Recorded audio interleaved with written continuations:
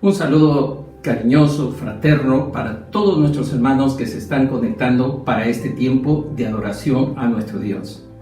Estamos contentos de estar nuevamente con ustedes, empezando una nueva semana, adorando a nuestro Dios. Pasando una situación todavía muy difícil en el país, queremos recordarle un texto bíblico del Evangelio de Juan, capítulo 14, versículo 27. Jesús dijo: mi paz os dejo, mi paz os doy, no como el mundo lo da. No se turbe vuestro corazón, ni tengan miedo. Esa paz es la que nos puede acompañar en este tiempo de tanto dolor y turbación. Y queremos que usted pueda estar atento a la voz de Dios en esta oportunidad. Sí, porque el día de hoy vamos a tener un tema muy importante: la familia, duelo y restauración. Todas las familias, de alguna forma, hemos sido afectados por alguna pérdida, por algún duelo que nos ha acompañado durante todo este tiempo. Y queremos apropiarnos de esa paz que el Señor nos ha prometido. Vamos a ver en la historia de una familia de la Biblia cómo ellos enfrentaron también un proceso de duelo y cómo fueron restaurados por el amor y la gracia de nuestro Dios. Así que, mi hermano, ánimo.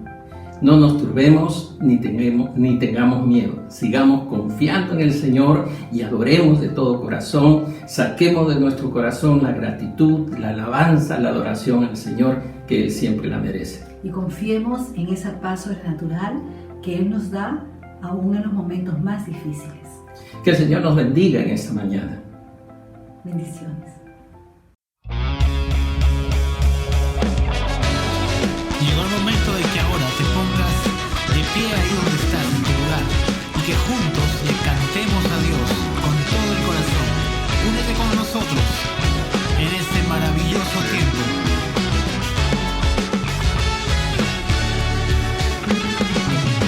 Bendición y gloria, poder y honra, anciano de días será. Toda nación y la creación, anciano de días, se postrará.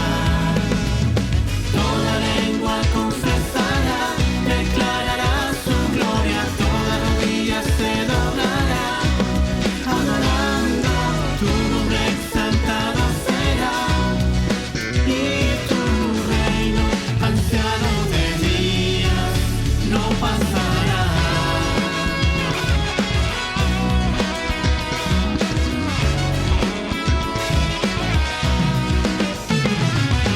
Bendición y gloria, poder y honra, anciano de días será. Toda nación y la creación, anciano de días, se postrará. Toda lengua confesará, declarará su gloria, toda rodilla se doblará, adorando tu nombre exaltado será, y tu reino, anciano de días, no pasará. Toda lengua confesará, declarará su gloria,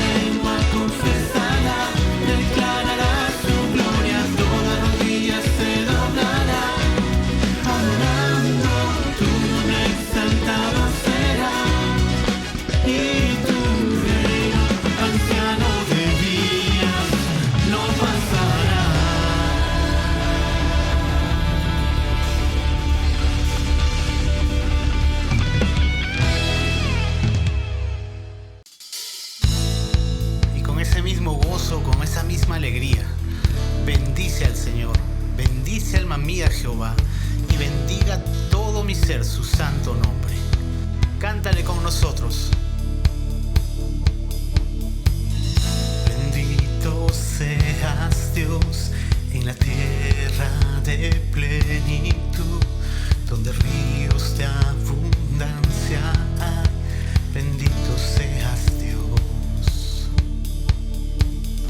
Bendito seas Dios cuando en el desierto estoy y sin rumbo camino voy.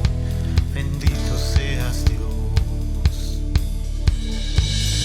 Tomaré tus bendiciones y te alabaré.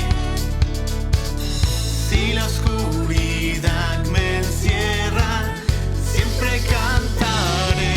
Bendito sea el nombre de Dios, bendito seas tú. Bendito sea el nombre de Dios, bendito sea el nombre del Señor. Bendito seas Dios cuando el sol brilla sobre mí, cuando todo parece bien. Bendito seas tú. Bendito seas Dios si las pruebas me hacen sufrir, como ofrenda me entrego a ti. Bendito seas Dios. Tomaré tus bendiciones y te alabaré. Si la oscuridad me encierra, siempre cantaré. Bendito sea el nombre de Dios, bendito seas tú. Bendito sea el nombre de Dios, bendito sea el nombre del Señor. Señor, tú puedes dar, también puedes quitar. Mi corazón dirá, bendito seas tú. Señor, tú puedes dar, también puedes quitar. Mi corazón dirá, bendito sea el nombre del Señor. Bendito sea el nombre de Dios, bendito seas tú. Bendito sea el nombre de Dios, bendito sea el nombre del Señor. Bendito sea el nombre de Dios, bendito seas tú. Bendito sea el nombre de Dios, bendito sea el nombre del Señor.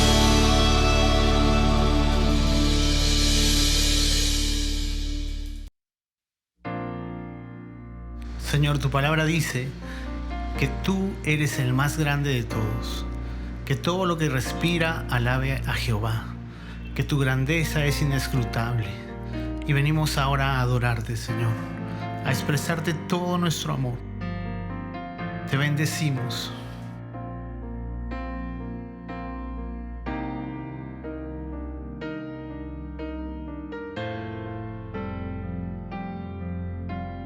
Dios, el más grande y digno de alabar. Yo vengo a tu presencia a adorar. Yo doblo mis rodillas ante ti.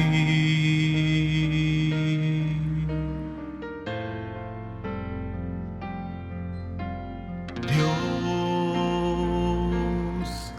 el más grande y digno de alabar, me ayuda al enemigo derrotar. El gozo de mi vida eres tú.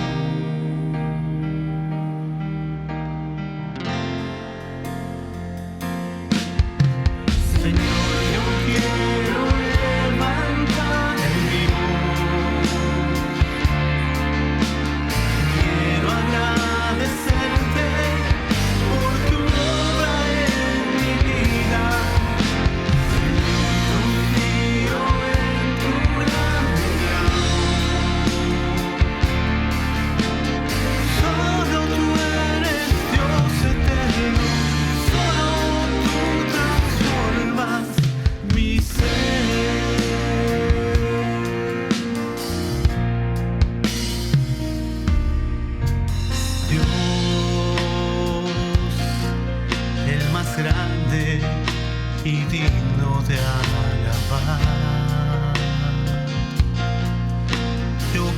vengo a tu presencia a adorar. Yo doblo mis rodillas ante ti.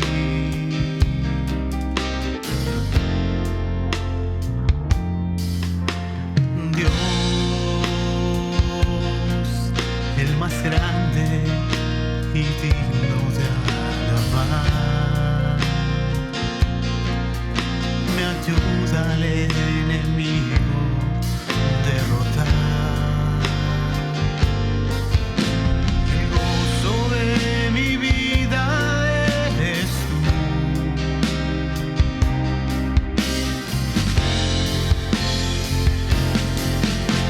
Señor, yo quiero levantar mi voz.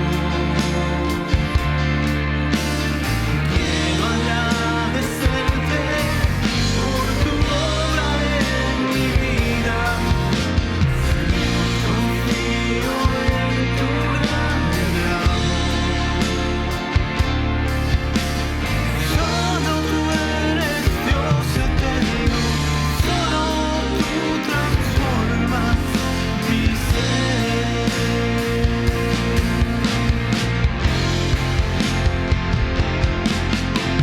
Señor, yo quiero levantar mi voz. Quiero agradecerte por tu obra en mi vida. Señor, confío en tu grande amor. Solo tú eres Dios eterno, solo tú transformas mi ser.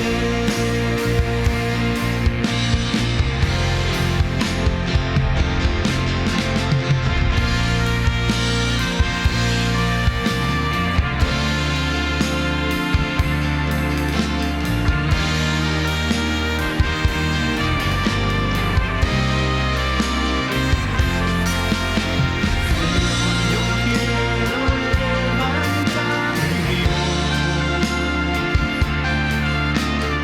Quiero agradecerte por tu obra en mi vida. Señor, confío en tu grande amor. Solo tú eres Dios eterno, solo tú transformas mi ser.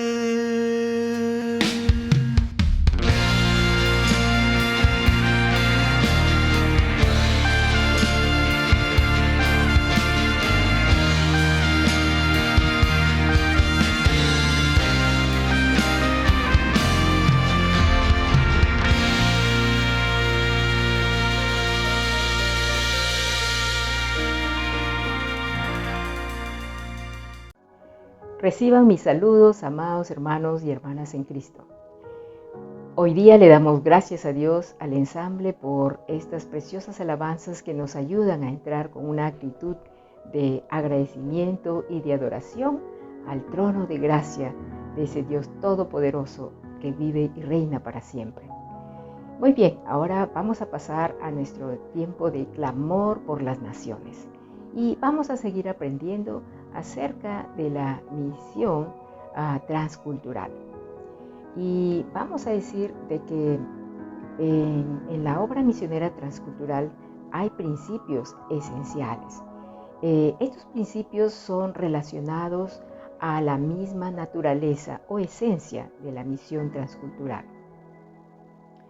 Si tomamos al apóstol Pablo como modelo en estos principios, vamos a ver que él se relacionó con la iglesia local, haciéndola partícipe de su ministerio. También vamos a ver que cuando él fundó las nuevas iglesias, él las vio desde sus inicios como iglesias completas en Jesucristo. Así que él podía moverse en el tiempo adecuado a otro lugar y emprender nuevas obras misioneras. También vamos a ver que aquí se reconoce el poder, la operación del Espíritu Santo en la obra misionera. y los dones que el Espíritu daba a los nuevos creyentes. Y entonces podemos aprender de que la obra de Dios depende del poder de Dios y no de nosotros. Una cosa importante en la fundación de las iglesias misión es que tenemos que fundar iglesias que sean verdaderamente cristianas, evangelizadoras y discipuladoras. Así que, amados hermanos en Cristo, tenemos que confiar en que Dios es capaz de motivar, de dirigir la obra misionera transcultural en la cual la Alianza Cristiana y Misionera de Pueblo Libre está llevando adelante en 4 continentes para la gloria de Dios. Así que sigamos haciendo la tarea misionera de tal modo que podamos ser un ejemplo a imitar. Bueno, amada Iglesia del Señor, ahora pasemos a orar por nuestros misioneros que están en Toledo, España. Así que oremos por nuestro misionero, el pastor Dolan y Noemí Castañeda. ¿Sí? Tomemos un tiempo para orar. Señor y Dios Todopoderoso, en el nombre de Jesucristo, tu Hijo, en estos momentos, Señor, queremos clamar por la vida, Señor, de tus hijos, Señor, que están ahí sirviéndote. El pastor Dolan y Noemí y sus niños. Te pedimos que tú los rodees con el poder de tu Espíritu Santo. Señor, llénales de tu presencia, Señor. Que no les falte la salud, que no les falte sabiduría, que no les falte la gracia, Señor, que ellos necesitan para cada día llevar adelante la tarea. Padre mío, también te pedimos por cada hogar de cada uno de los creyentes, Señor, de la iglesia, que cada hogar pueda ser una casa de oración y una casa de oración por todas las naciones. También te pedimos por las nuevas familias que se han añadido a tu iglesia, Señor. Guárdalas, protégelas del maligno y permite que ellas tengan hambre y sed de ti y que puedan seguir siendo formadas para que sean tus embajadores también, Señor. Gracias, Padre. Dejamos a tu iglesia en Toledo en tus preciosas manos, a tus siervos y a los miembros, en el nombre de Jesucristo, nuestro Salvador. Amén. Muy bien, amada iglesia del Señor, que Dios me lo bendiga. Gracias. Ahora voy a invitar a la familia Insúa. Gracias, Pastor Insúa. Adelante. Muchas gracias, hermana Esther Santos, por el principio misionero y la oración a nuestros misioneros. Ahora tenemos un tiempo de anuncios e iniciamos con el tiempo de clamor matutino. Todos los martes, jueves y sábados de 6:30 a 7:30 de la mañana podrás participar con nosotros en un tiempo de oración, clamor y alabanza a nuestro Dios. Si quieres estar, puedes pedirle el link a tu guía o a tu clave. Y continuamos como iglesia ayudando a los más necesitados. Así que puedes seguir donando 30 soles para la compra de una canasta de víveres. Puedes depositar ese monto en la cuenta del BSP de la iglesia o también llevar artículos no perecibles en la recepción de la iglesia.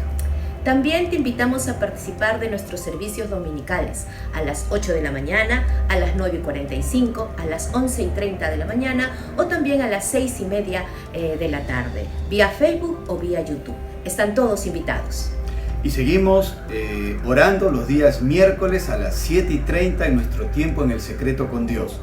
Síguenos acompañando fielmente a orar, a alabar, a escuchar de la palabra de Dios, a clamar por las peticiones de la iglesia y las peticiones de nuestros hermanos que se conectan con nosotros a esa hora. Así que también invita a otros hermanos a poder conectarse a este tiempo en el secreto con el Señor. Y este viernes 26 tenemos una noche importante, una noche de clamor, juntos adorando y alabando al Señor por nuestro tiempo de Semana Santa. ¿Verdad, Alfonso? Sí, claro. De 8 a 10 de la noche, recuerden, por nuestro tiempo de Semana Santa. Sí, y justamente ya que vamos a clamar por este tiempo de Semana Santa, tenemos nuestra conferencia o ciclo de conferencias por Semana Santa titulada Tu paz y tu esperanza. Cristo es nuestra paz y nuestra esperanza. Así que el jueves 1, viernes 2, sábado 3 y domingo 4 tenemos estas conferencias, jueves, viernes y sábado a las 7:30. Vamos a tratar temas como la supremacía de Cristo, Él es tu seguridad, la reconciliación de Cristo, tu paz y perdón, el consuelo de Cristo, tu esperanza. Y el día domingo, si es a las 6:30, la resurrección de Cristo, tu vida nueva. Te animamos a que puedas conectarte estos 4 días, ¿no es cierto? 4 días de conferencias muy importantes, y también puedas invitar a otras personas a poder participar de este ciclo de conferencias. Los esperamos a todos. Exacto, los esperamos a cada uno de ustedes. Ahora le damos pase a la familia Feitosa para la lectura bíblica. ¿Cómo están, hermanos? Un fuerte abrazo para cada uno de ustedes y para sus familias. Gracias a la familia Insúa por los anuncios que nos han dado con relación a la vida de nuestra iglesia. En este momento vamos a disponer el corazón para la meditación de la palabra. Para esto vamos a tener primero la lectura bíblica y le voy a invitar a mi esposa a que nos pueda guiar en este tiempo. ¿Qué tal, hermanos? Esperando que puedan encontrarse bien. Acompáñenme a la lectura bíblica del día de hoy, en el libro de Ruth, el capítulo 1, versos del 1 al 6 y posteriormente versos del 15 al 22. Aconteció en los días que gobernaban los jueces que hubo hambre en la tierra, y un varón de Belén de Judá fue a morar en los campos de Moab, él y su mujer y 2 hijos suyos. El nombre de aquel varón era Elimelec, y el de su mujer Noemí. Y los nombres de sus hijos eran Mahalón y Kelión, efrateos de Belén de Judá. Llegaron pues a los campos de Moab y se quedaron ahí. Y murió Elimelec, marido de Noemí, y quedó ella con sus 2 hijos, los cuales tomaron para sí mujeres moabitas. El nombre de una era Orfa, y el nombre de la otra Ruth. Y habitaron allí unos 10 años. Y murieron también los 2, Mahalón y Kelión, quedando así la mujer desamparada de sus 2 hijos y de su marido. Entonces se levantó con sus nueras y regresó de los campos de Moab, porque oyó en el campo de Moab que Jehová había visitado a su pueblo para darles pan. Muy bien, ahora acompáñame a los versos del 15 al 22. Y Noemí dijo: He aquí tu cuñada se ha vuelto a su pueblo y a sus dioses, vuélvete tú tras ella. Respondió Ruth: No me ruegues que te deje y me aparte de ti, porque a donde quiera que tú fueres iré yo, y a donde quiera que vivieres viviré. Tu pueblo será mi pueblo y tu Dios será mi Dios. Donde tú murieres, moriré yo, y allí seré sepultada. Así me haga Jehová, y aún me añada, y que solo la muerte hará separación entre nosotras 2. Y viendo Noemí que estaba tan resuelta a ir con ella, no dijo más. Anduvieron pues ellas 2 hasta que llegaron a Belén. Y aconteció que habiendo entrado en Belén, toda la ciudad se conmovió por causa de ellas y decían: ¿No es esta Noemí? Y ellas le respondían: No me llames Noemí, sino llamadme Mara, porque en grande amargura me ha puesto el Todopoderoso. Yo me fui llena, pero Jehová me ha vuelto con las manos vacías. ¿Por qué me llamaréis Noemí, ya que Jehová ha dado testimonio contra mí y el Todopoderoso me ha afligido? Así volvió Noemí y Ruth, la moabita, su nuera, con ella. Volvió de los campos de Moab y llegaron a Belén al comienzo de la siega de la cebada. Gracias. Muy bien, hermanos, dispongamos el corazón para escuchar la palabra del Señor. Gracias, familia Feitosa, por la lectura bíblica. El día de hoy vamos a ver el tema: la familia, duelo y restauración. Esta es una conmovedora historia con temas tan importantes como la lealtad, el sacrificio, la fe, la amistad, el duelo y la restauración, la redención y la misericordia de Dios. Hoy vamos a abarcar los 4 capítulos de esta historia de manera general, deteniéndonos en el proceso de duelo que vivieron estas 2 mujeres, cómo lo enfrentaron, cómo Dios se manifestó con su misericordia con grandes reservas de gracia para ellas, y a la luz de esta historia comprender las distintas reacciones y necesidades de las personas que están enfrentando actualmente un proceso de duelo. Vayamos entonces primero con el contexto histórico. Hemos leído que era el tiempo de los jueces, un periodo caótico en la historia de Israel. El pueblo cayó en apostasía. Los judíos estaban siendo invadidos constantemente por sus enemigos. En esa época, las mujeres dependían del esposo y los hijos varones para subsistir. No tenían derecho ni a ciudadanía ni a propiedad de tierras a menos que mediara un varón. Estaba vigente también el concepto de redención. el Goel y la ley del levirato que encontramos en Deuteronomio capítulo 25 del 5 al 10, que después ustedes pueden revisar. ¿En qué consistía esta ley? Cuando moría un varón sin dejar descendencia, el pariente más cercano, ya sea el hermano u otro pariente cercano, se casaba por ley con la viuda. El primer hijo de esta nueva unión era considerado el hijo del difunto y tenía derecho a tomar la herencia. Dios buscaba así preservar el linaje y la propiedad de la familia que sufría la pérdida. Por otro lado, Dios había ordenado a su pueblo que no se fueran a vivir a otros lugares. Tenían también prohibido casarse con mujeres extranjeras. Es bueno ver todo este panorama para poder entender el contexto de la historia. Pero esta familia, Elimelec y Noemí, emigran de Belén a Moab con sus 2 hijos. Belén en hebreo significaba casa del pan, y allí había de nacer el pan de vida. Pero por causa del pecado y la apostasía, escaseaba el pan y hay hambruna, y esta familia emigra. Ahora, el tema de la migración es muy actual y está afectando a nivel mundial la realidad de muchos países. Su situación es parecida a los de muchos inmigrantes de hoy que buscan refugio huyendo de la guerra, del hambre, la persecución religiosa o política, o de las penurias económicas o de los desastres naturales. Muchos, como Ruth y Noemí, las protagonistas de esta historia, han tenido que sufrir un proceso de adaptación a otra cultura y muchas veces regresar a sus países de origen con las manos vacías. Hoy vemos otra cara de la migración también frente a esta pandemia, porque muchos quieren regresar a sus lugares de origen. Vamos a ver en primer lugar un panorama oscuro. La vida cristiana no está exenta de sufrimientos ni de realidades difíciles.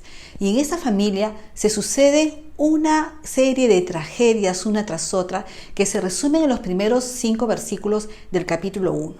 La primera tragedia, el hambre. Ruth 1:1 dice: aconteció que hubo hambre en la tierra y un varón de Belén de Judá fue a morar a los campos de Moab, él y su mujer y sus 2 hijos. Es decir, salen de su nación a tierras extranjeras por el hambre y la escasez de la tierra de Israel. Muchas familias estamos viendo que se separan en la actualidad por el mismo motivo. En segundo lugar está la pérdida. En el versículo 3 del capítulo 1 vamos a ver que Elimelec, la cabeza de la familia, muere en Moab y Noemí se queda viuda. ¿Cuánto afecta la muerte de un esposo? La viudez y la orfandad pueden sorprenderte pronto, como está sucediendo hoy en día.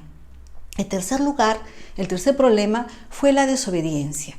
En el versículo 4, el capítulo 1, dice lo siguiente: los cuales tomaron para sí mujeres moabitas. Sus hijos se casan con mujeres extranjeras y Noemí sabía que esto era contra la ley de Dios. Y por último, sucede una gran tragedia. El versículo 5 nos dice que después de 10 años, sus 2 hijos mueren también y la mujer quedó privada de su marido y de sus 2 hijos, queda a cargo de sus nueras extranjeras, 3 mujeres sin esperanza, sin recursos, en la ruina total.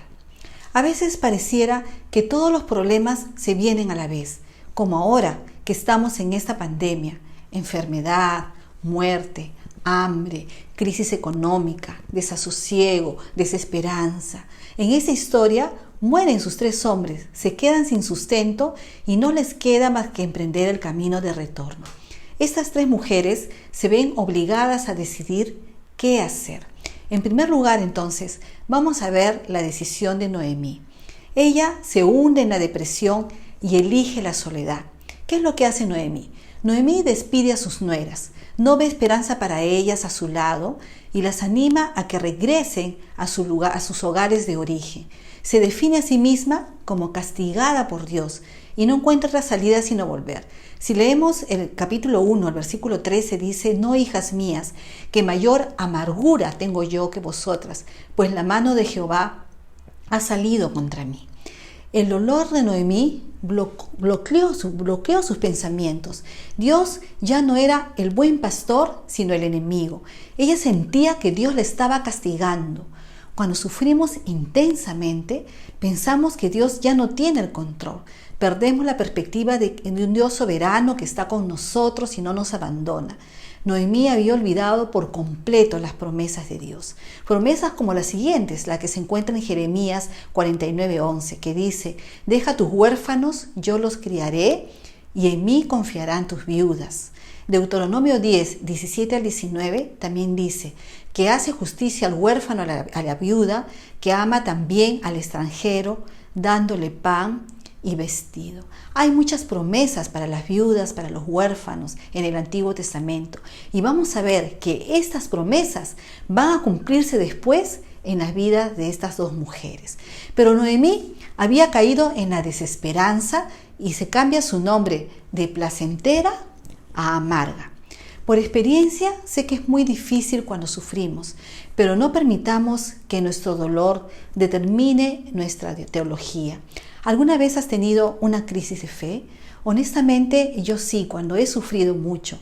Hay que luchar por mantener la fe. Cuando sufrimos, perdemos la perspectiva del amor de Dios, pero Dios sigue allí con nosotros, a nuestro lado. Dios sigue amándonos. Noemí se ve a sí misma como alguien que no tiene nada que ofrecer a sus nueras cuando tenía el conocimiento del Dios verdadero. El Salmo 91 dice: el que habita al abrigo del Altísimo morará bajo la sombra del Omnipotente. Ella debió decirles: vengan conmigo, hijas mías, vamos a refugiarnos en el Dios de Israel. No vuelvan a sus ídolos. Pero en vez de eso, las despide. Entonces está en segundo lugar la decisión de Orfa. Orfa significa cuello o nuca, y en realidad ella dio la espalda. ¿Qué sucedió? En el versículo 14 vemos que ellas en realidad no se querían separar, porque dice: ellas alzaron su voz y lloraron. Había un vínculo familiar profundo. Estas mujeres realmente se amaban. Las relaciones suegra-nuera pueden convertirse en una relación profunda de madre e hija. Dice que ellas lloraron, pero Orfa besó a su suegra, mas Ruth se quedó con ella. Orfa se regresó, pero Ruth quedó con Noemí. A Orfa parece que le faltó convicción, cambió el futuro por el presente. En Ruth 1:15 vamos a leer que Noemí entonces, cuando Orfa se fue, le dice a Ruth: he aquí, tu cuñada se ha vuelto a su pueblo y a sus dioses, vuélvete tú tras ella. Tanto Ruth como Orfa habían tenido la oportunidad de oír y hablar del Dios de Israel. La fe viene por el oír. Ambas, durante 10 años, oyeron hablar de Dios, pero Orfa no se compromete con el Dios de Israel. Orfa, al regresar a su pueblo y a su familia, retornaba también a la idolatría, a adorar a dioses como Balac y Moloc, que no eran dioses personales como Jehová. Estos dioses se comunicaban a través de sus sacerdotes y de sus profetas y tenían rituales como ofrecer sacrificios humanos.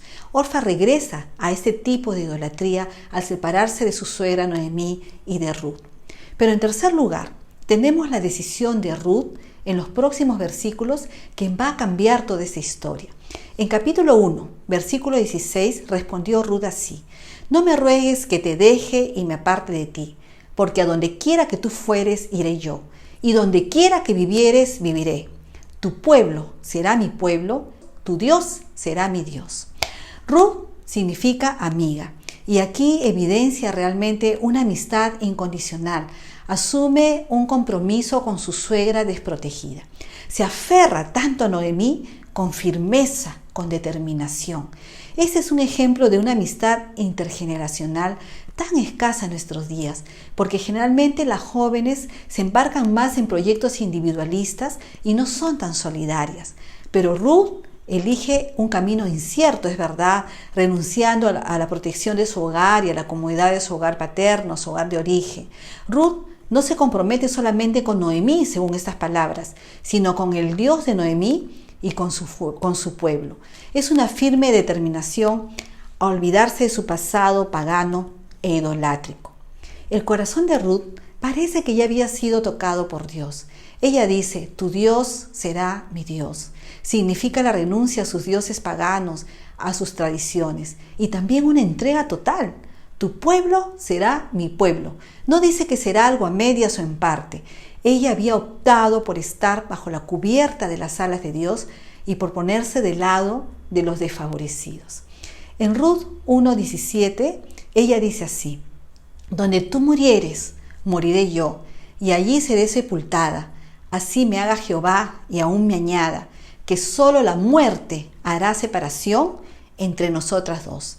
Ella pronuncia algo así como un pacto con firmeza, con determinación. Esas palabras revelan un corazón generoso y comprometido. Ruth sabe que no hay un beneficio para ella con esta decisión, pero está pensando en Noemí y decide no dejarla sola. Ella es solidaria, decide vivir su duelo al lado de su suegra, que también estaba de duelo, y se une en el dolor. Era una israelita realmente de corazón que eligió refugiarse bajo la sombra del Dios de Israel. Ruth, como hemos dicho, había vivido 10 años con su esposo en medio de una familia piadosa. Sin duda había escuchado las maravillas de ese Dios todopoderoso y personal y había llegado a confiar en Dios a pesar de las amargas experiencias que la familia había experimentado. Esto también es una enseñanza. Las cosas no nos van bien, las cosas nos salen mal, hay dificultades en la familia, hay pérdidas, pero nosotros podemos seguir confiando en el Dios Todopoderoso. El segundo punto es enfrentando la pérdida y el duelo y las crisis de fe. Estas dos mujeres caminaron hasta Belén y el pueblo se conmueve cuando llegan a Belén a reconocer a Noemí. En el capítulo 1, versículo 19 al 20, dice así: y aconteció que habiendo entrado en Belén, toda la ciudad se conmovió por causa de ellas y decían: ¿no es esta Noemí? Noemí significaba la placentera, la bienaventurada, la feliz, la dichosa, pero su rostro reflejaba el impacto de su aflicción. En el versículo 20 vemos que ella respondía: no me llaméis Noemí, sino llamadme Mara, que significa amarga, porque en grande amargura me ha puesto el Todopoderoso. Yo me fui llena, pero Jehová me ha vuelto con las manos vacías. ¿Por qué me llamaréis Noemí? Ya que Jehová ha dado testimonio contra mí y el Todopoderoso me ha afligido. En este texto vamos a encontrar 4 declaraciones que evidencian la desolación y la tremenda crisis de fe que estaba viviendo Noemí. En primer lugar, ella dice: en grande amargura me ha puesto el Todopoderoso. En segundo lugar, ella dice: yo me fui llena, pero Jehová me ha vuelto con las manos vacías. En tercer lugar, Jehová ha dado testimonio contra mí. Y por último, cuarto lugar, el Todopoderoso me ha afligido. Esta perspectiva generalmente sucede cuando miramos a Dios en base a nuestra experiencia, al dolor que estamos viviendo, en vez de mirarlo en base a lo que nos dice su palabra. ¿Qué significaba en grande amargura me ha puesto el Todopoderoso? ¿O qué puede significar para nosotros que tal vez estamos viviendo un proceso de duelo y nos sentimos así, que en grande amargura nos ha puesto Dios? La amargura es ese sentimiento duradero de frustración, resentimiento, tristeza, especialmente por haber sufrido una desilusión, una injusticia, en este caso una pérdida. La amargura se anida en nuestro corazón y echa raíces, como dice Hebreos 12:15. Mirad bien, no sea que alguno deje de alcanzar la gracia de Dios, que brotando alguna raíz de amargura os estorbe, y por eso muchos sean contaminados. La amargura es un problema serio porque carcome el alma y, como dice este pasaje, nos estorba, no nos deja vivir y alcanza a los que están a nuestro alrededor. Si estamos amargados, vamos a afectar a quienes nos rodean. La amargura también produce ceguera espiritual. En este caso, Noemí culpa a Dios de esa amargura. ¿Qué significaba? Yo me fui llena, pero Jehová me ha vuelto con las manos vacías. Vemos aquí un gran sentido de pérdida. Siente que ya no le queda nada. Hay un gran vacío en su corazón. Perdió a su compañero de la vida y a sus 2 hijos. Realmente era una tragedia, como la que están atravesando muchas familias en la actualidad. Esta pandemia está enlutando a familias enteras. Nos podemos identificar nuevamente con los sentimientos y las emociones de Noemí, porque su corazón está destrozado. Pero vemos aquí que ella culpa nuevamente a Dios. Jehová me ha vuelto con las manos vacías. Ella estaba diciendo, Él me los quitó. ¿Qué significaba cuando ella dice, Jehová ha dado testimonio contra mí? En medio de su dolor, siente como si Dios hubiera emitido un juicio contra ella, como que fue evaluada y resultó culpable. Cuando atravesamos una crisis de fe, muchas veces vamos a buscar encontrar dónde está nuestra culpa, en qué fallamos, cuál es nuestra culpa, para poder justificar algún mal que nos ha sobrevenido. Y si no la encontramos, por el contrario, podemos llegar a sentirnos víctimas de un Dios injusto. Y eso es lo que estaba experimentando Noemí. Y en cuarto lugar, ¿qué significaba cuando ella dice, el Todopoderoso me ha afligido? Pensamos que es Dios quien decide afligirnos cuando estamos en una crisis de fe. En medio del dolor, perdemos la perspectiva de su bondad y su misericordia y a veces nos enojamos contra Dios. Ella dice, no me llamen Noemí. Hace tiempo que mi vida dejó de ser agradable y placentera. Ahora soy Mara, porque la mano de Dios está contra mí. Ahora, no podemos culpar a Noemí por sentirse así, ni a ninguna otra persona que ha sufrido una pérdida y está en estos momentos atravesando por un proceso de duelo, que siente que su vida cambió de pronto, que el mundo se le viene abajo, que tiene que enfrentar la vida sin el ser amado. Ella pasó de ser Noemí a Mara. La vida de pronto puede dejar de ser agradable y placentera y volverse amarga para muchos de nosotros. Pero lo que sí podemos hacer es ayudar en el proceso de duelo y a confiar en las promesas del Señor. ¿Cómo ayudar? Veremos en el ejemplo de Ruth, qué es lo que hizo Ruth para ayudar en el proceso de duelo y de restauración a su suegra. Claves para un acompañamiento efectivo en el proceso de duelo. En primer lugar, como bien dice la palabra, está el acompañamiento. Ruth se mantuvo cerca, la acompañó, no la abandonó. Noemí eligió aislarse y quedarse sola, pero Ruth decide acompañarla. Versículo 16 hemos leído, no me ruegues que me aleje de ti, que te deje y que me aparte de ti. A veces las personas que están inmersas en un profundo dolor van a elegir la soledad, pero eso no quiere decir que no necesitan de compañía. Es en realidad una de las mayores necesidades frente al duelo. Es la proximidad de alguien que nos ame y comparta nuestro dolor y simplemente nos abrace, nos acompañe, nos escucha. Ruth estaba también de duelo, pero pensó en la necesidad de su suegra. No la dejó sola, la acompañó. En segundo lugar, vemos el compromiso. En el versículo 16, ella dice, porque a donde quiera que tú fueres iré yo, y donde quiera que vivieres, viviré. Ruth eligió hacer un pacto con Noemí y asumió un compromiso con ella de por vida. Nosotros podemos comprometernos también a mantenernos cerca, a orar por la familia, apoyar de repente con los niños, ayudar con algunos trámites. Hay mucho que podemos hacer. Podemos preguntar cómo nos podemos comprometer con la familia que está de duelo, de pérdida, para poder ayudar. En tercer lugar está la provisión. Ruth se involucra en el mantenimiento de su suegra que quedó en la miseria. En el capítulo 2, el versículo 2, vamos a encontrar que ella dice así, te ruego que me dejes ir al campo y recogeré espigas en pos de aquel a cuyos ojos halle gracia. Ella vela por su suegra, sale a buscar el sustento para las dos. Tal vez hoy en día hay familias a las que puedas apoyar de alguna manera así también en el proceso. Hoy con esta pandemia hay mucha necesidad y de alguna manera de repente tú puedes ser un proveedor para alguna familia que esté necesitada. En cuarto lugar está la restauración. Ayudar a las personas en sus crisis de fe a volver a creer en las promesas de Dios. En Ruth capítulo 2 versículo 12, voz dice de Ruth, Jehová recompense tu obra y tu remuneración sea cumplida de parte de Jehová Dios de Israel, bajo cuyas alas has venido a refugiarte.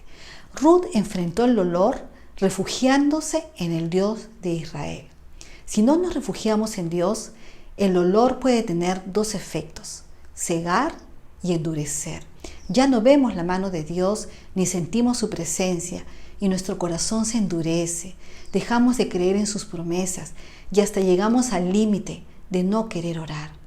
Esto nos puede suceder porque el dolor nos puede cegar, nos puede endurecer, nos puede apartar de Dios, nos puede aislar. Por eso hay muchas promesas de las que nos podemos asir en una crisis de fe. Y yo quisiera ver algunas de estas promesas nomás rápidamente.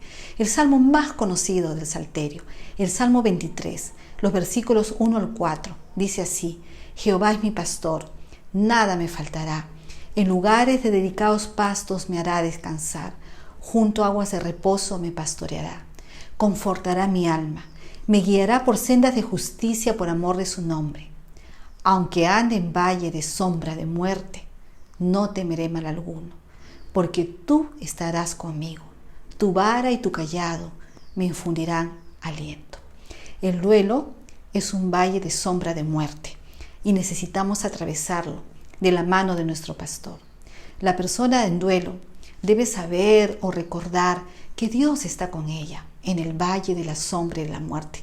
En ese peor momento Dios está allí y que de Él vendrá el aliento, la fortaleza y el consuelo.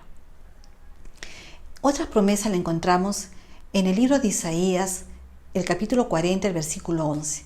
Dice así: como pastor apacentará su rebaño, con su brazo recogerá a los corderos y en su seno los llevará, pastoreará suavemente a las recién paridas.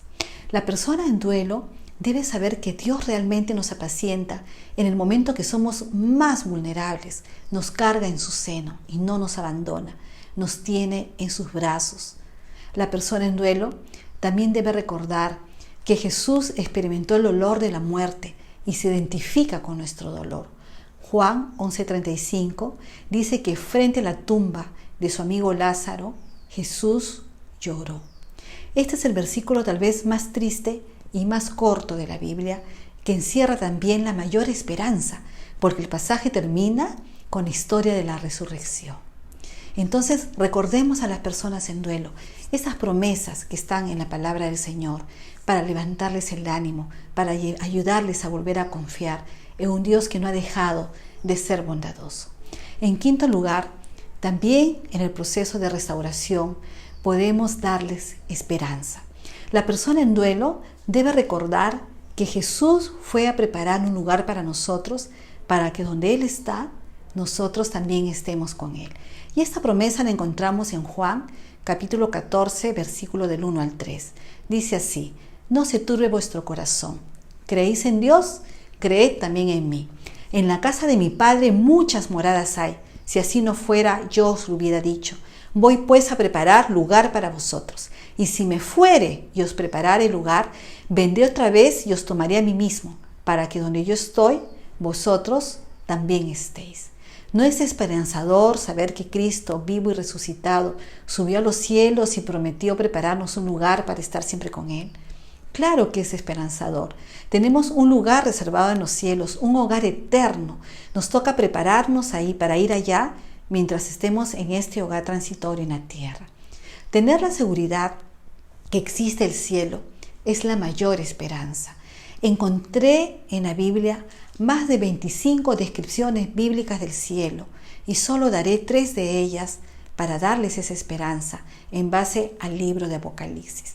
En primer lugar, el cielo es un lugar de descanso, como dice Apocalipsis capítulo 14, versículo 13. Oí una voz que desde el cielo me decía: escribe, bienaventurados de aquí en adelante los muertos que mueren en el Señor. Sí, dice el Espíritu, descansarán de sus trabajos, porque sus obras con ellos siguen. También el cielo, según Apocalipsis 7, 16 al 17, es el lugar donde seremos pastoreados.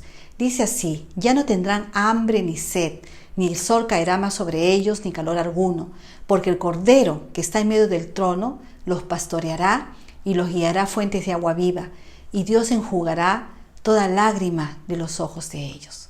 También es un lugar sin llanto, ni clamor, ni dolor, como dice Apocalipsis 21:4.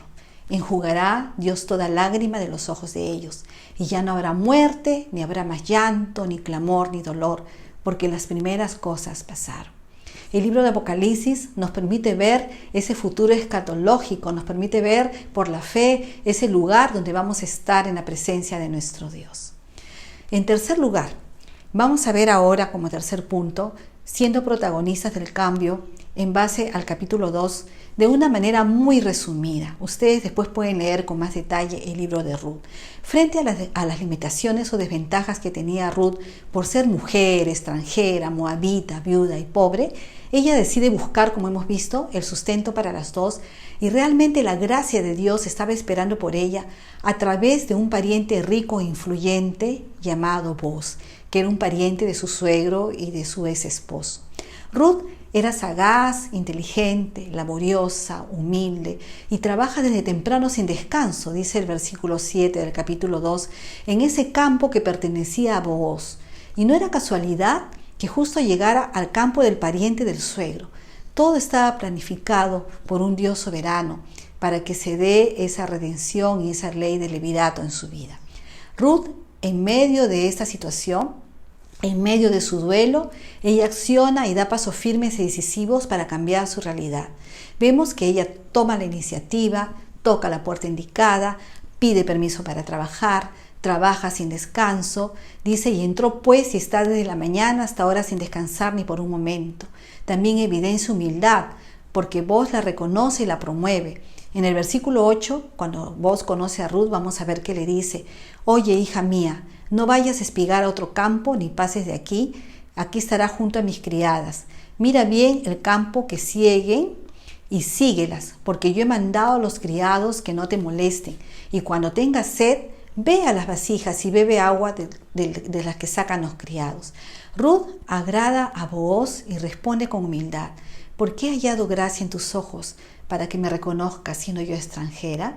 Es humilde y agradecida. Otras dos cualidades más que encontramos en ella. También vemos su integridad y su buen testimonio.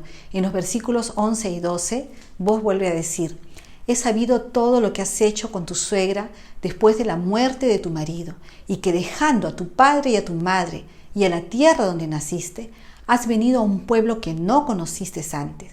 Jehová recompense tu obra y tu remuneración sea cumplida de parte de Jehová, Dios de Israel, bajo cuyas alas has venido a refugiarte. Bajo cuyas alas has venido a refugiarte.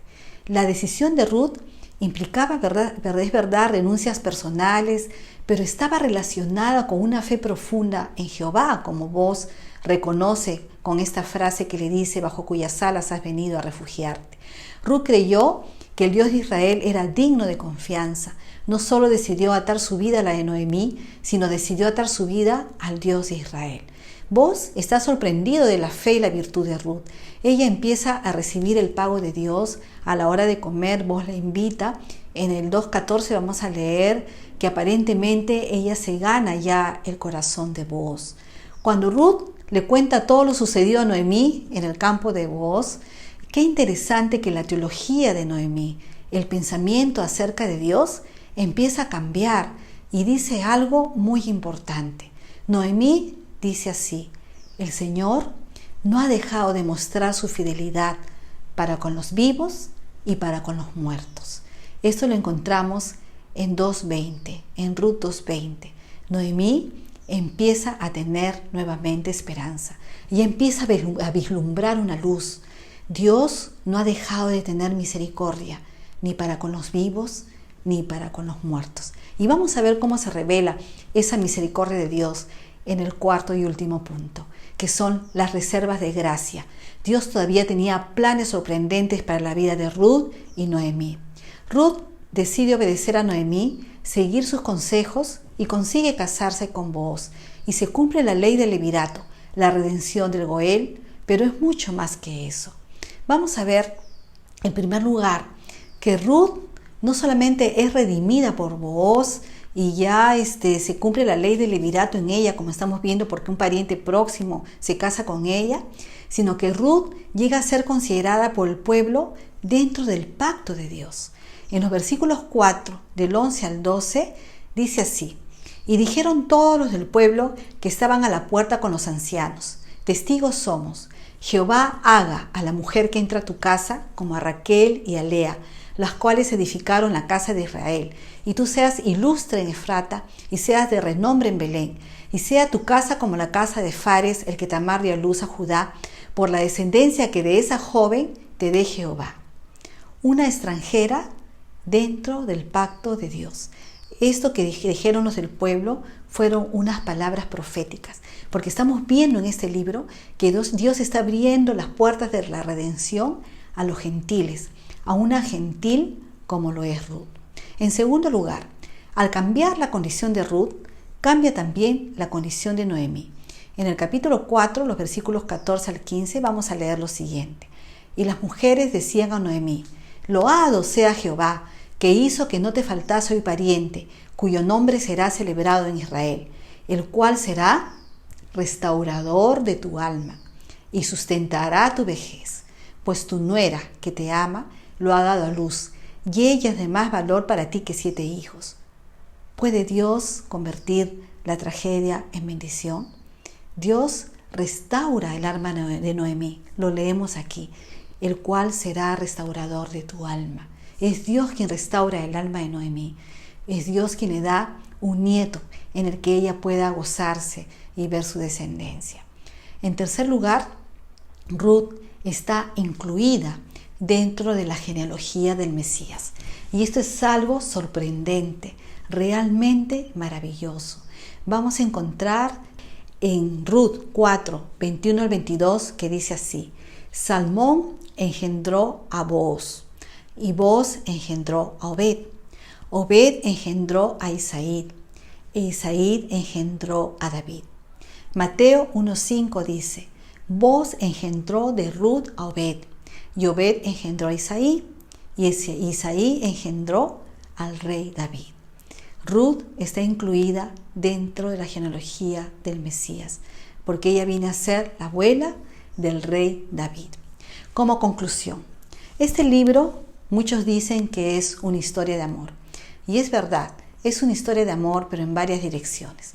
Es una historia de amor de una suegra y una nuera, una historia de amor de un honorable israelita con una moabita, pero más allá, es una historia del amor de un Dios redentor por una humanidad caída y rebelde a la que decide salvar. El personaje principal, en realidad, es un Dios soberano que gobierna la historia de los hombres para el bien de su pueblo. El Goel, el Redentor del Nuevo Testamento, es Cristo, nuestro Salvador, nuestro Redentor. Este Booz es una figura de lo que íbamos a entender después como el verdadero Redentor, que es nuestro Señor Jesucristo, dispuesto a rescatarnos, a pagar por nosotros el precio, a salvarnos. Esta historia también muestra el Gesed. ¿Qué es el Gesed? Gesed es la palabra hebrea para la misericordia de Dios, para describir su amor fiel, el cumplimiento de su pacto, de un Dios que es fiel a su palabra. Y nuestro Dios es así, hermanos. Nuestro Dios es bueno y fiel, aun cuando no tengamos la menor idea de lo que está haciendo.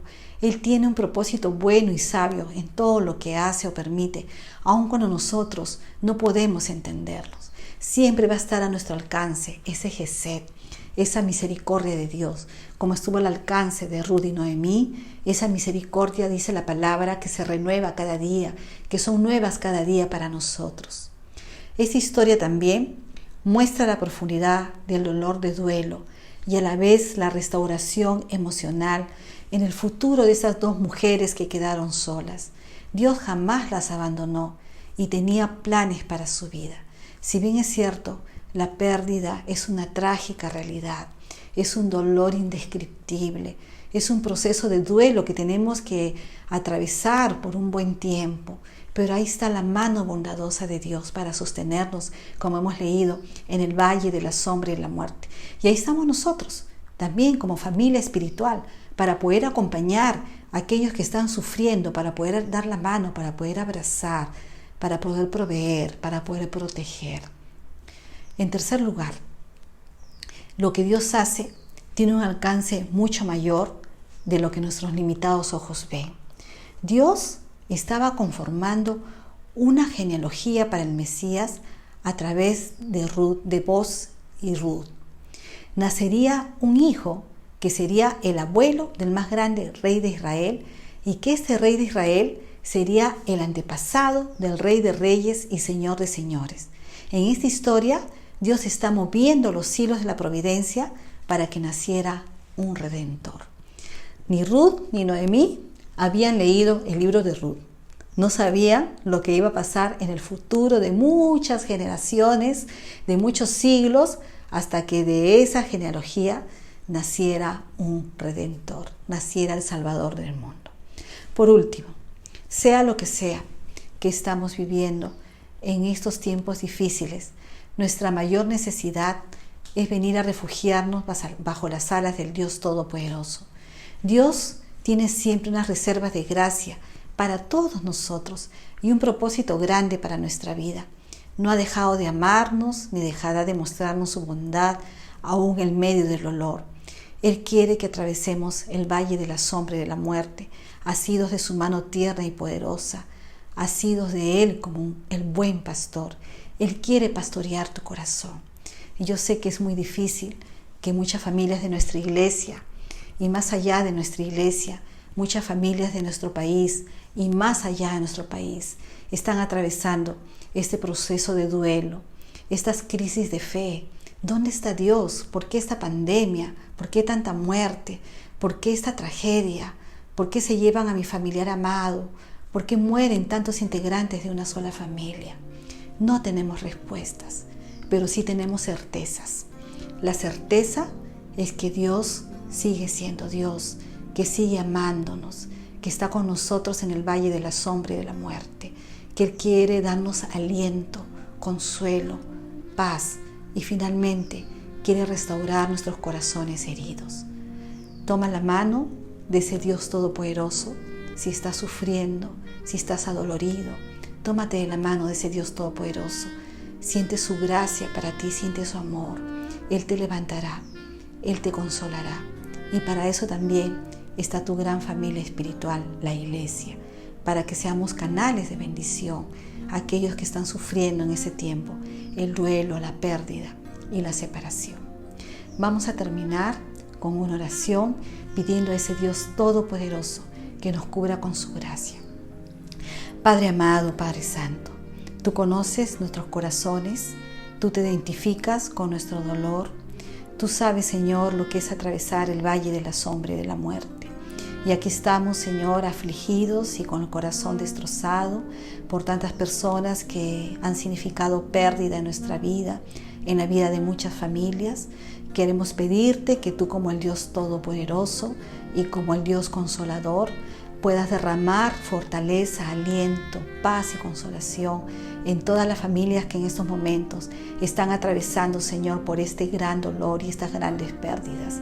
Manifiéstate a ellos, Señor, con tu gracia inamovible e inacabable para ellos, Señor.